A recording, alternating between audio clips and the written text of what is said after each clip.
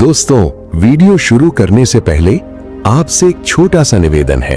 अगर आप मेरी इस वीडियो को पूरा अंत तक देख लेते हैं तो बदले में मेरे पास देने के लिए कोई पैसा नहीं है, कोई इनाम नहीं है, बस एक दुआ है। मैं दिल से प्रार्थना करूंगा कि आपके माँ बाप हमेशा स्वस्थ रहें, उनकी उम्र लंबी हो और उनका साया हमेशा आपके सिर पर बना रहे, क्योंकि जब माता पिता साथ होते हैं तो इंसान सबसे अमीर होता है। ये वीडियो कोई फालतू वीडियो नहीं है, इसमें वो बातें हैं जो अक्सर हमें कोई नहीं सिखाता। मुझे उम्मीद है कि आप इस वीडियो को अंत तक देखेंगे और कुछ न कुछ अपने साथ लेकर जरूर जाएंगे। धन्यवाद। क्या आपके साथ भी ऐसा होता है? रात के 2 बज रहे हैं, पूरा शहर शांत है, लेकिन आपके दिमाग में एक युद्ध चल रहा है। अगर मैं फेल हो गया तो? उसने मेरे बारे में क्या सोचा होगा? कल क्या होगा? आप सोना चाहते हैं, लेकिन आपका दिमाग आपको सोने नहीं देता। आप आगे बढ़ना चाहते हैं, लेकिन आपके विचार आपको जंजीरों की तरह जकड़कर पीछे खींच रहे हैं। इसे कहते हैं ओवरथिंकिंग, एक ऐसा दीमक जो धीरे धीरे आपकी सफलता, आपकी शांति और आपके भविष्य को खोखला कर रहा है। लेकिन क्या आप जानते हैं, 2300 साल पहले भारत के सबसे बड़े गुरु आचार्य चाणक्य ने इस मानसिक बीमारी का इलाज ढूंढ लिया था। उन्होंने चंद्रगुप्त को एक साधारण बालक से सम्राट बनाया, लेकिन उससे पहले उन्होंने चंद्रगुप्त के दिमाग को जीतना सिखाया। आज की इस वीडियो में हम चाणक्य नीति के उन 3 ब्रह्मास्त्रों को जानेंगे जो आपके ओवरथिंकिंग के चक्रव्यूह को हमेशा के लिए तोड़ देंगे। स्वागत है मनी माइंड वॉइसेस में। चलिए दिमाग को शांत करते हैं। आचार्य चाणक्य कहते थे, मन ही मनुष्य के बंधन और मोक्ष का कारण है, लेकिन आज यही मन हमारा दुश्मन बन गया है। ओवरथिंकिंग असल में है क्या? ये एक डर है, वो डर जो अस्तित्व में ही नहीं है। हम उन समस्याओं के बारे में सोच सोच कर डरते हैं जो शायद कभी होंगी ही नहीं। सोचिए, अगर एक शेर शिकार करने से पहले ये सोचने लगे कि अगर हिरन मुझसे तेज भागा तो, अगर मैं गिर गया तो क्या वो कभी शिकार कर पाएगा? नहीं, वो भूखा मर जाएगा। आज आप भी वही कर रहे हैं। आप अवसरों का शिकार नहीं कर रहे, बल्कि आप अपने ही डर का शिकार बन रहे हैं। तो चलिए चाणक्य की पहली नीति से इस डर को खत्म करते हैं। चाणक्य का पहला और सबसे कड़वा नियम है, गता शोकम न कर्तव्यम, यानी जो बीत गया उसका शोक मत करो। हम में से 90% लोग ओवरथिंकिंग इसलिए करते हैं क्योंकि हम इतिहास को बदलना चाहते हैं। काश मैंने वो न कहा होता, काश मैंने वो गलती न की होती। चाणक्य कहते हैं, बीता हुआ कल उस टूटे हुए घड़े के समान है जिसे दोबारा नहीं भरा जा सकता। आप जितनी बार उस टूटे कांच को छुएंगे, आपको सिर्फ दर्द होगा।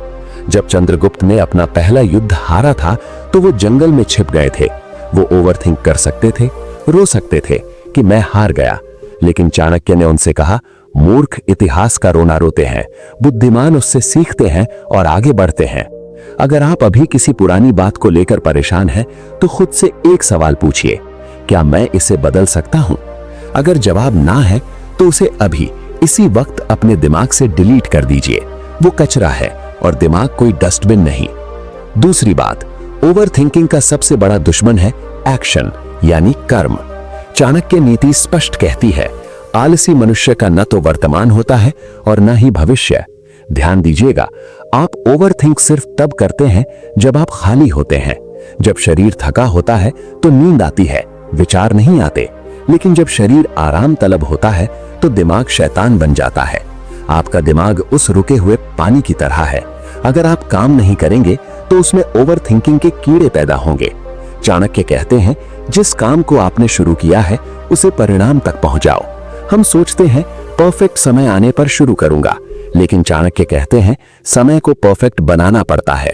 अगली बार जब ओवरथिंकिंग का हमला हो तो 5 तक गिने और बस काम शुरू कर दें। जैसे ही हाथ चलेंगे, दिमाग अपने आप शांत हो जाएगा। Action is the only cure for anxiety. तीसरी और सबसे महत्वपूर्ण नीति, अनासक्ति, यानी डिटैचमेंट। हम ओवरथिंक क्यों करते हैं? क्योंकि हम भविष्य को कंट्रोल करना चाहते हैं। रिजल्ट क्या आएगा? क्या मैं अमीर बनूंगा? चाणक्य और भगवत गीता भी यही सिखाते हैं कि आपका अधिकार सिर्फ प्रयास पर है, परिणाम पर नहीं। जब एक धनुर्धर तीर छोड़ता है तो तीर उसके धनुष से निकलने तक ही उसके कंट्रोल में है। एक बार तीर हवा में गया, अब वो हवा के रुख और गुरुत्वाकर्षण के हाथ में है। धनुर्धर अगर अब चिल्लाएगा, रोएगा या सोचेगा तो तीर की दिशा नहीं बदलेगी। ओवर थिंकिंग एक भ्रम है कि आप भविष्य को सोच सोचकर बदल देंगे। चाणक्य कहते हैं, जो आपके नियंत्रण में नहीं है उसकी चिंता करना ईश्वर की योजनाओं में दखल देने जैसा है, और आप ईश्वर से नहीं जीत सकते। अपने आप को समर्पित कर दीजिए, अपना 100% दीजिए और बाकी छोड़ दीजिए। जब आप परिणाम की परवाह करना छोड़ देते हैं तभी आप निडर होकर काम कर पाते हैं, और जो निडर है वही सम्राट है। दोस्तों, ये जीवन बहुत छोटा है, इसे सोचने में नहीं जीने में बिताइए। चाणक्य ने एक साधारण बालक को भारत का सम्राट बनाया, सिर्फ उसकी सोच बदलकर। आज आपको भी अपनी सोच बदलनी है। अतीत को दफना दो, खाली मत बैठो, कर्म करो। परिणाम की चिंता ईश्वर पर छोड़ दो। आज रात जब आप बिस्तर पर लेटें और दिमाग में वो शोर शुरू हो तो खुद को याद दिलाना, मैं एक योद्धा हूं, और एक योद्धा चिंता नहीं चिंतन करता है। अगर इस वीडियो ने आपके दिमाग को थोड़ी सी भी शांति दी है तो कमेंट में लिखें आई एम अ वॉरियर, ताकि मुझे पता चले कि मेरा संदेश सही लोगों तक पहुंचा है। ऐसी ही लाइफ चेंजिंग और फाइनेंशियल विजडम के लिए मनी माइंड वॉइसेस को अभी सब्सक्राइब करें। हम साथ में बदलेंगे और साथ में जीतेंगे।